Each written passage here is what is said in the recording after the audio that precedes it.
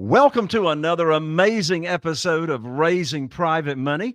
I'm Jay Conner, your host, also known as the Private Money Authority, and it's on this podcast that we talk about how to raise money, private money for your real estate deals without ever having to ask for money.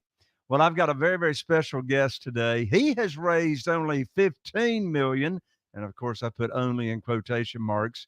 He's raised over $15 million in private money. But his career did not start out like that. Actually, he was a former medical device sales rep before he got into this world of real estate. And so now he is annually managing $22 million, actually more than $22 million of new first-time home buyer housing and what's called build to rent communities. Now, he's been featured in all kinds of publications. For example, he's been featured on the cover of REI Wealth Magazine, Realty 411 Magazine. And in addition to that, he's been published in Forbes Magazine. Well, in just a moment, you're going to meet my very special guest. We're going to talk about raising private money. In just a moment, right after this, you're going to meet Mr. Brandon Cobb. If you're a real estate investor and are wondering how to raise and leverage private money to make more profit on every deal, then you're in the right place. On Raising Private Money, we'll speak with new and seasoned investors to dissect their deals and extract the best tips and strategies to help you get the money, because the money comes first.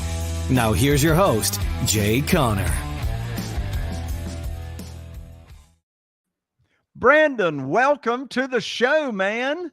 Jay, it's an honor to be here. That's an exciting introduction. If you don't get jazzed up after that, I don't know what can get you jazzed up. Well, I tell you what's going to get the audience jazzed up is your story, man, because you've got quite the interesting story. We're going to dive deep here in a moment and talk about how you've raised private money, your favorite ways to raise private money, because that's what a large part of our audience wants to hear about. Another part of our audience wants to know how they can just be passively investing, and so you might have an opportunity for them as well. But first, the audience and I, we want to hear your story on how in the world do you go from being a medical device sales rep to developing $22 million of new construction every year?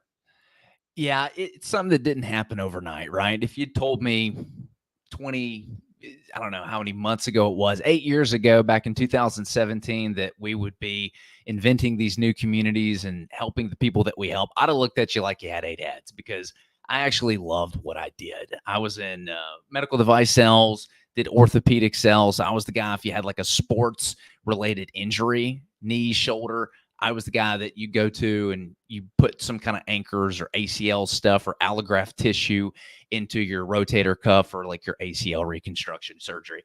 And that was really what I wanted to do for a living, Jay. I didn't have this passion to be an entrepreneur like a lot of people, young guy. I just wanted to get a career where I could eventually work my way to freedom, make my parents proud. I didn't want to be tied down. And I wanted to build some kind of extraordinary life with no regrets, right? You know, that's kind of what we all want. And so I followed the traditional path. I played it safe, did everything my parents told me I should do, got a highly desired job, you know, for working for a large corporation, you know, had the company car, the 401k benefits.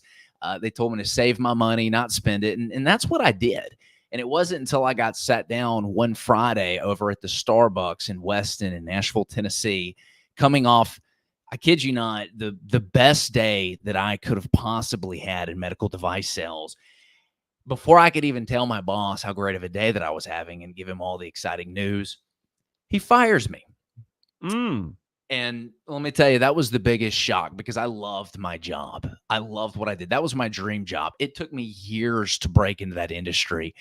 And so, like a lot of people who climb a corporate ladder and they're very passionate about what they do and they end up getting let go from the job, you know that it's a lot more than that. It's not just you losing a job.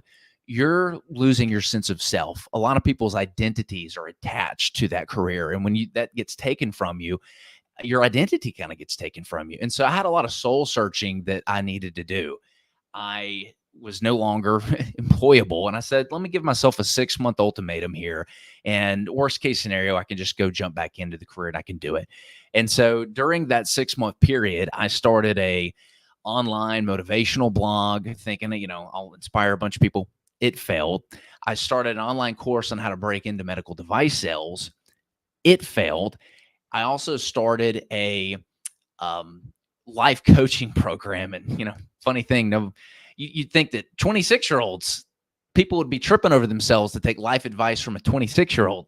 Not the case. Couldn't get anybody to give me. So I had these 3 businesses that just completely flopped. They completely failed. But real estate was the first thing that really took off for me. I discovered this vehicle. I started investing in real estate. I did over 187 transactions over a 7-year period. And it was tough initially. It was tough wearing all the hats, figuring out how to hire people.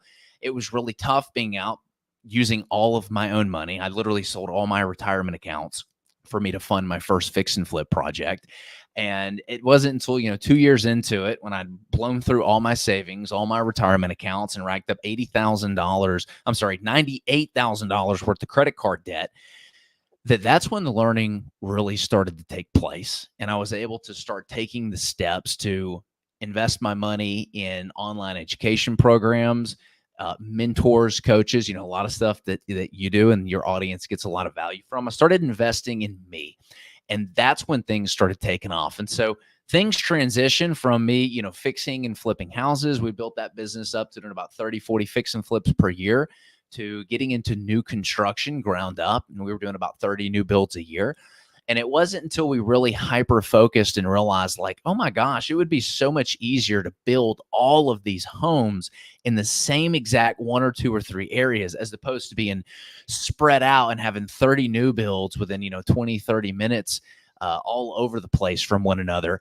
That's when we realized that that's what we wanted to do. We noticed that there was a huge opportunity specifically in entry-level housing. We just kind of sort of happened upon it, right? A lot of people are listening to the news. They know there's an affordable housing crisis. They know that interest rates have gone up. It's been tough. But we kind of learned that our superpower was working with the local municipalities to identify the vision for the community, and then we helped them make that happen. And so when we pulled a chair up on the same side as the city and said, hey, what do you guys want? What's lacking? What do you guys need? And didn't try to show up and just shove something down their throat, they were so much more amenable to what we were going to do. And we realized that we could force appreciate the value of the land. Basically, we turn farmland into entry-level housing communities. That's what we do. And so we build all this equity into the product before we actually purchase it. We've got a process that we use. So it's been a 7-8 year journey. It definitely did not happen overnight. And I could not have told you 8 years ago that I would be, getting to do the cool things that I get to do. And now I've got a pretty cool life where I get to travel a lot. I take about 6 weeks off per year. I do an annual mom-son trip. We always go somewhere historic. She's a retired history teacher. I go to places that, my dad would never, be able to afford to go to if it were just himself. And I do these annual sibling trips every single year. So real estate for me has been a tool to, unlock that freedom that I know that we all desire. I wish you had known about private money before you blew through your savings and your credit cards. But you know what? When I look back at my life, I got a ton of mistakes. I've lost hundreds and hundreds and hundreds of thousands of dollars. But I remind myself every now and then, it's what you went through that got you here. Mm-hmm. But what you went through won't get you from where you are to where you want to go, because we're continuing to learn all the time.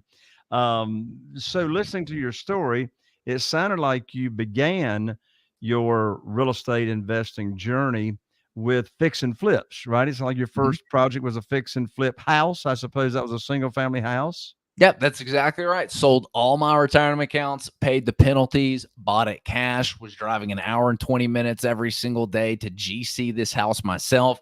I was getting the contractors off Craigslist, which don't do that. That's the worst possible place to get contractors. And meanwhile, I was managing this project. Well, I didn't know which way to swing a hammer. I did not have a construction background, but I was all in. I was saying, hey, you know what? I'm going to figure this out. And I actually hit that 6-month ultimatum 8 days before it was up. And so I made about $30,000 off of that house flip and said, well, I made some money by myself. I guess I got to keep going. There you go. You said you didn't know how to swing a hammer. I was getting ready to say I've rehabbed over 500 houses. I haven't rehabbed the first house myself. My team has. Yeah. So we've done over 500 houses. I still don't know how to swing a hammer. I don't want to know how to swing a hammer, Yeah. but have an amazing team that does it. So you started out in rehabs. I started out in rehabs. I still do about 30 a year or so. In a small market here, our market's only 40,000 people, but you started out in rehabs, but then you migrated to new construction. In your story with the municipalities, it sounds like the cities and municipalities was actually more directly your customer. That is the people you're going to serve initially to ultimately, serving or to your product going to the buyers. So what was it? What was it that triggered you or motivated you to move from the rehabbing space to new construction? Yeah, so two jumps there. First jump is rehabbing to the actual infill spec new construction. So think of that as like onesie twosie projects. You tear a house down and you build one or two in its place.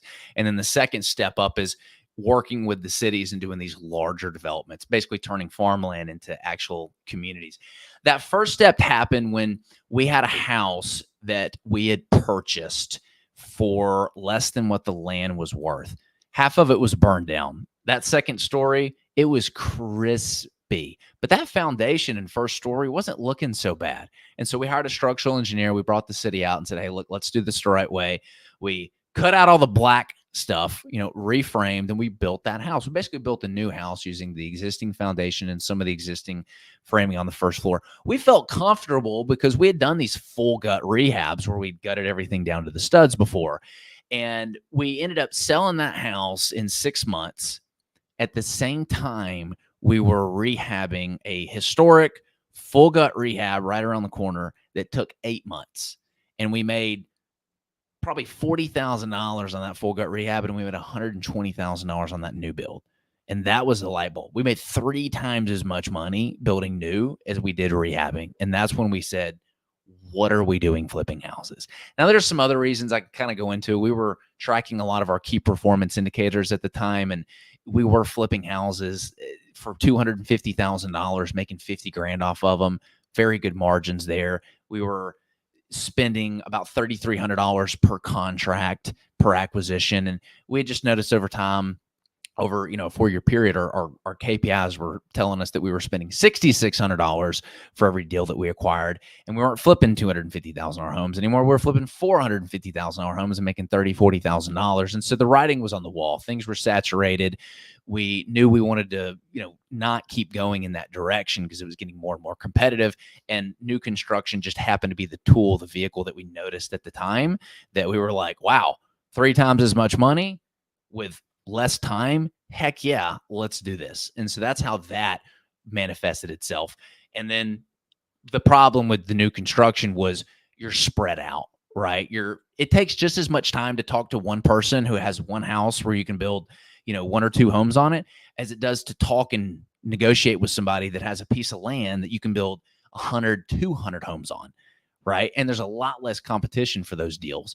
And so our second pivot happened when we knew we wanted to do bigger deals, and we started talking with the city, and we realized, holy crap, you can make a lot of equity appear in a deal when you take a home from farm to a 100 home community. There's a lot of equity that gets baked in, and we can do that before we ever purchase the product. It's like being able to fix and flip a house and buy it after you fix and flipped it, and all the equity is there.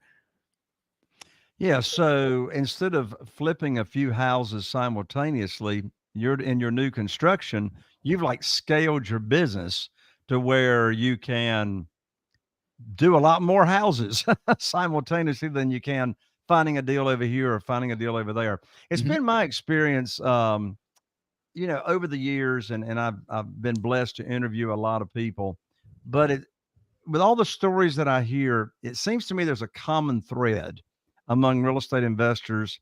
There's before private money, and then there's after private money. There's life before private money, then there's life after private money. And it seems as though, and I'm just curious to hear your story, Brandon, it seems to me that a lot of times there is a pivotal moment. There's something that happens in the real estate entrepreneur investor's career that there is a light bulb moment or there is something that changes. Mhm. And that person says, I need to learn about private money and I need to start raising private money Yeah. instead of doing things the way I have been doing. What happened? What motivated you to start raising private money? There's two big events, and it's kind of funny. I don't think anybody's actually ever asked me this question before, but I can tell you right off the top of my head, there's two moments that come to mind.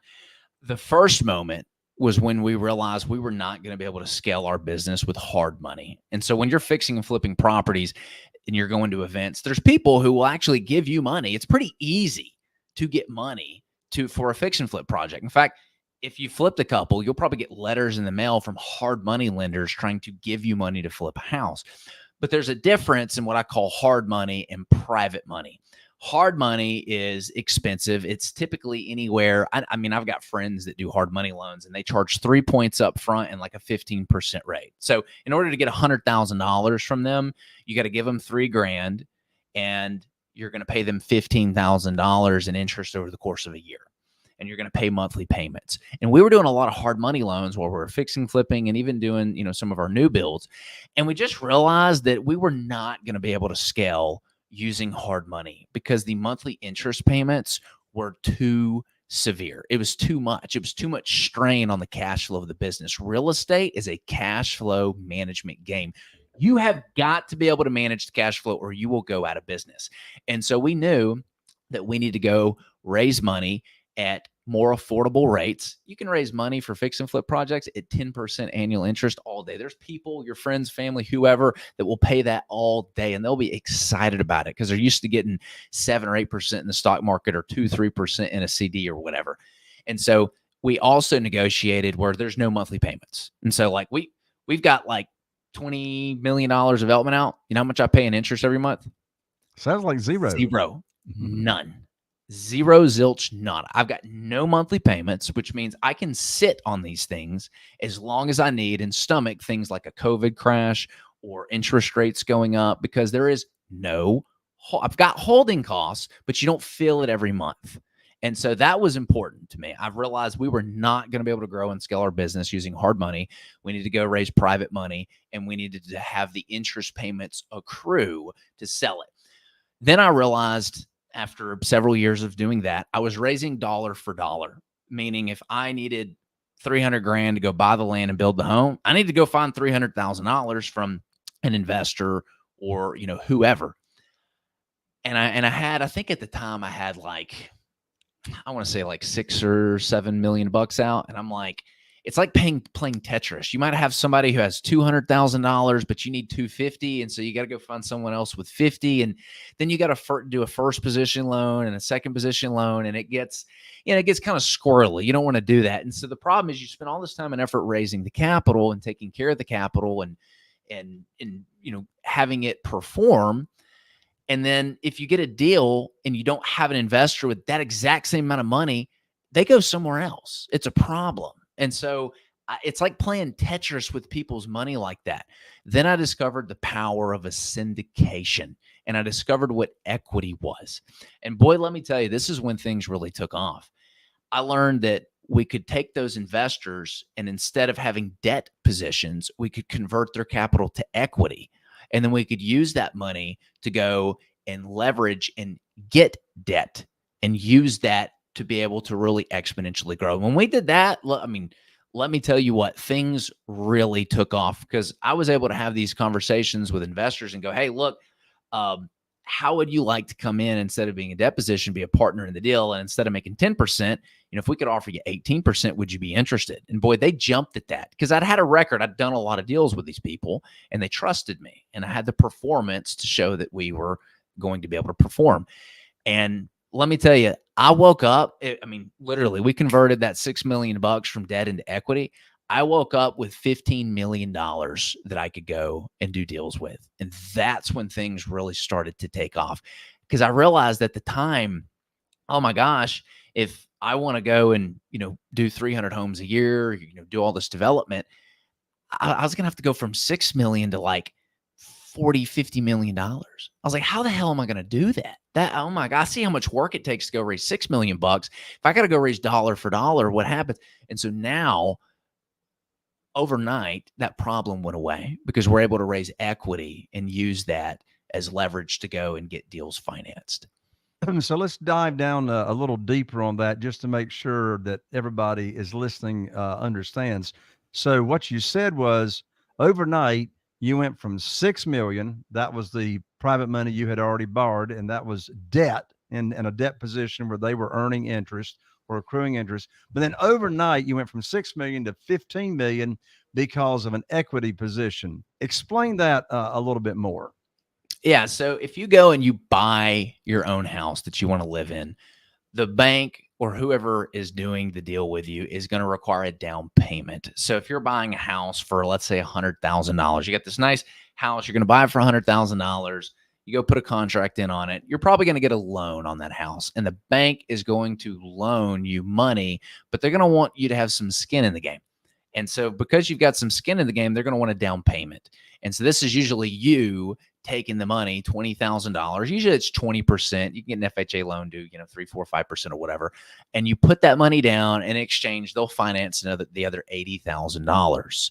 So in this example, I would go to investors and say, hey, look, I need to borrow the down payment. I've got the financing lined up. I've got the bank or the other private entity, lined up that's going to lend on this, and I would raise the down payment. That's equity. So that's cash. And so what we would do is we would create these LLCs. Basically, it's a syndication.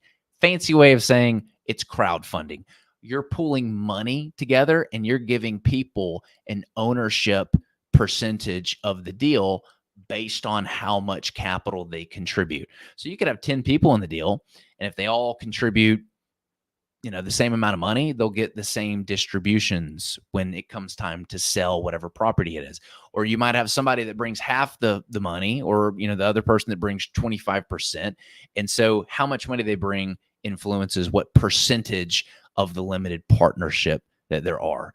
And so you can think of it like a jumbo jet. I like the jumbo jet analogy.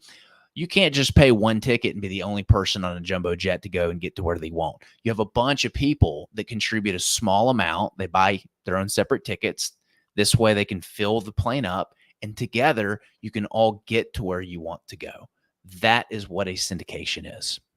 I love it. I love the explanation, Brandon. Now, what have been some of your favorite ways to raise private money for your either syndication or when it was, just all debt? So there's been a whole journey, right? You start with friends and family. I think everybody's familiar with this model. And you basically take a list of people and you write all the people down and you call them, and you need to say something along the lines of, I don't know how far down the rabbit hole you want to go on this. Like, we can go into each one. I can go, hey, here's the strategy and what you need to do. If you want to call your friends and family, I can do that. We can go over how we're raising money from accredited investors online. We can go over how we're generating referrals from like our current investor base. So like, you tell me how far down the rabbit hole that you want to go. When I first started, it was friends and family. And so I would pick up the phone. Okay, yep. Go ahead. Let's do that. Yeah, I'd pick up the phone. Family. Yeah, I'd have a deal we already did. So create some kind of investment packet that shows the details of all your past deals that you've done, or if you haven't, a deal that you're going to do. Go look up online what a pitch deck looks like. Copy and paste that. And then I'd call my friends and family. And here's the important thing that you want to do.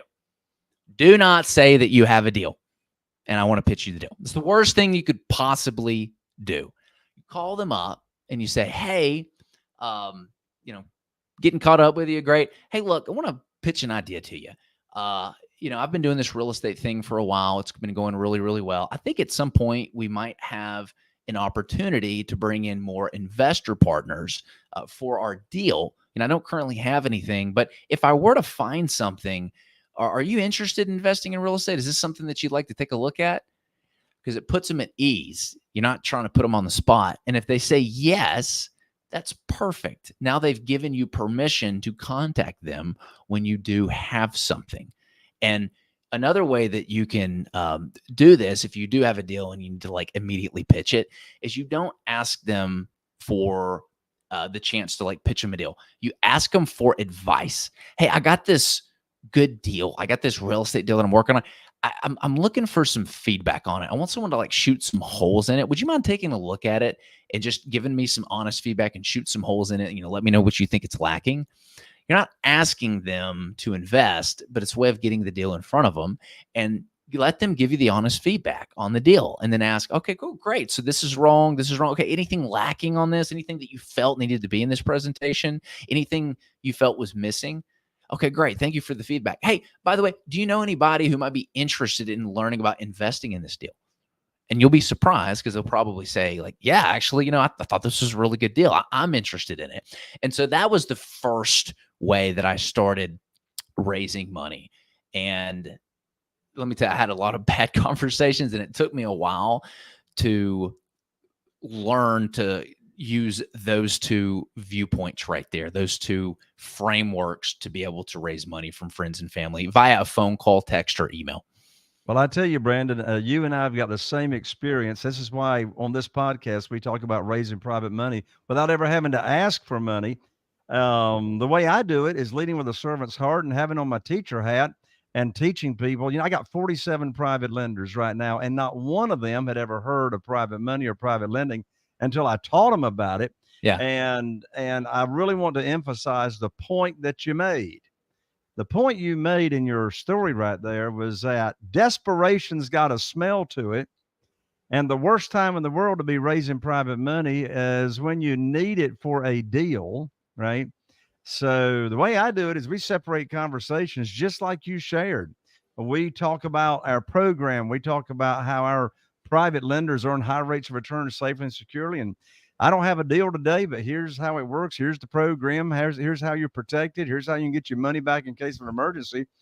And so in my world, they tell us how much they got to work with, or if it's, retirement funds, and I need to introduce them to the self-directed IRA company where they can move their funds over and earn tax-deferred or tax-free income.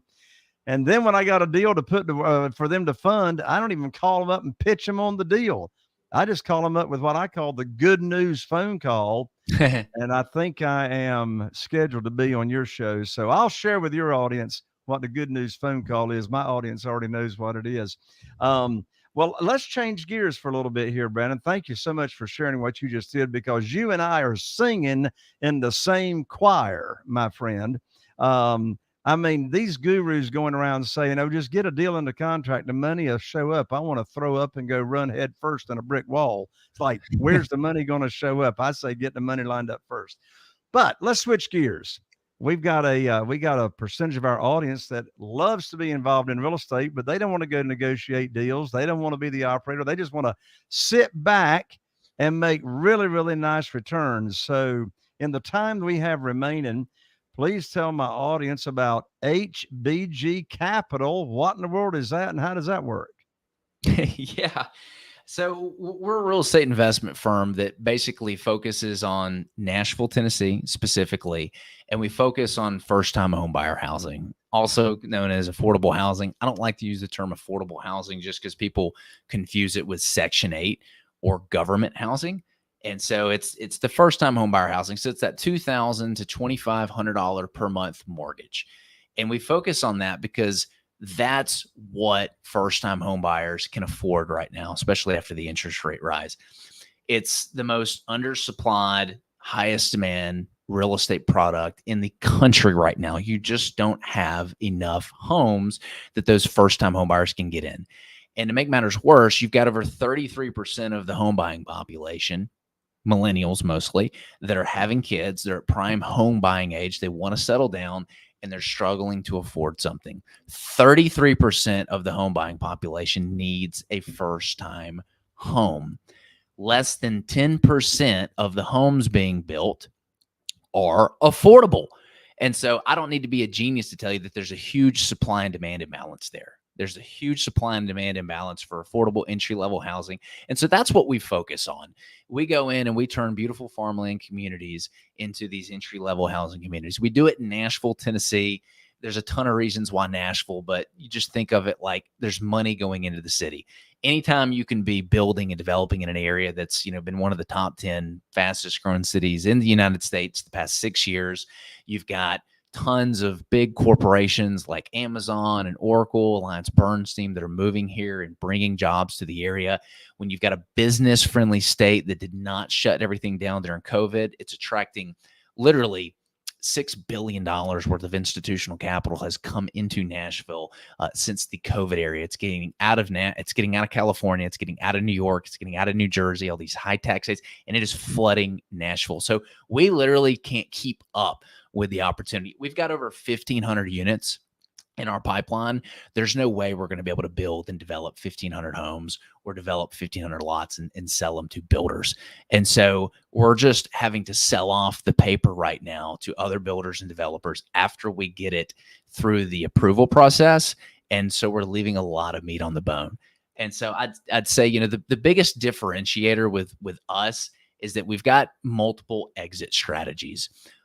Everything falls under the entry-level housing umbrella. But first is we partner with the cities to align and give them what they want. After that land has been approved for 50, 100, 200 homes, and you're ready to go stick a shovel in the ground, 3 to 4 things can happen.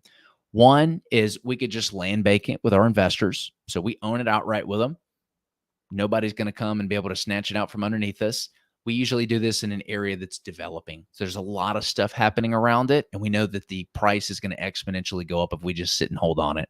Second exit strategy is a national home builder, usually a DR or Lennar Horton, will give us a contract for the improved finish land lots. So these are little lots of land that are ready to build. So we go in with our investors' capital, and we will develop, put it in the roads, put in the utilities and the infrastructure to basically create the neighborhood without the homes on it. And then the third exit strategy is we'll go in and we'll actually develop and build the homes. And a fourth exit strategy that has been tough to get the pencil since rates have gone up is the build to rent. And so we actually develop, build, and rent the homes out for long-term depreciation and long-term cash flow. That's our whole strategy in a nutshell. And so then people can invest in your fund at hbgcapital.net and be passive investors and be a part of what you've got going on, right? Yeah. If you're somebody, like we work with a lot of business owners who are really good at business. They're very good at what they do. Doctors, lawyers, HVAC, concrete, contractors, you name it, and they don't want to take time away from what they're doing, but they've got a tax problem and they've got a lot of cash on the sidelines, and they know that one day they want to replace their business income with income that is generated by something, and nothing's better than real estate. Why real estate? Because it doesn't go to zero. It's not like investing in Blockbuster that did really, really well for decades, and then all of a sudden Netflix comes along and puts it out of business. No, they want something that's going to be around for generations. And so we work with those business owners. We work with those investors to park their capital into real estate, but it's completely hands off. They don't have to worry about finding the deals, managing the deals, selling the deals. They want something that's completely turnkey that they don't have to worry about. They just want to get monthly updates and get very transparent communication no matter what's going on. And that's what we do. We help business owners build a legacy, achieve their dreams, and make an impact by creating passive income from real estate. And so, yeah, if you're interested in learning more about that, you can go to our website, hbgcapital.net. It's pronounced Harry Bob Gary Capital.net. We've got a ton of free resources on the website. We've got a free ebook, 100 questions business owners ask before investing. I wrote that ebook because I got a call one day from one of our investors who asked if I would help his friend who lost all of his money in a real estate investment. And after speaking with him on the phone, it became very evident and obvious the reason he lost all his money was because he was very green. He did not know the right questions to ask. He did not know how to secure his investment, how to do the right paperwork. And so I wrote that book, and I put that book together because if I could just prevent this from happening to one other person, it would be worth it. And I'm convinced that questions unlock the questions are the keys that unlock the answers we need to make more informed investment decisions. So had he had the right answers, he could have done basically prevented that whole capital loss. So you can go to our website, you can grab that free ebook and a ton of other stuff. We've also got our own podcast that you're going to be on called the Recession Resistant Real Estate Radio. There we interview a lot of entrepreneurs. We talk real estate investments. You can go there and check us out too. That's awesome. Brandon, thank you so much for taking the time to join me here on the show. This has been a pleasure. Thanks for having me on. Absolutely. And I look forward to being on your show. There you have it. Another amazing episode of Raising Private Money. I'm Jay Conner, your host. I'm so glad you decided to join us. And be sure and do me a favor. If you found this episode insightful and you learned some nuggets and some opportunities, if you're listening on one of the podcast platforms, be sure to follow me. Be sure to review and rate and subscribe. And if you happen to be watching us on YouTube, be sure to subscribe and click that bell so you don't miss out on the upcoming episodes. I look forward to seeing you right here on the next episode of Raising Private Money. Are you feeling inspired by the knowledge you gained in this episode? Then head over to jconner.com/moneyguide. That's jconner.com/moneyguide and download your free guide that shares 7 reasons why private money will skyrocket your real estate investing business right now. Again, that's jconner.com/moneyguide to get your free guide. We'll see you next time on Raising Private Money with Jay Conner.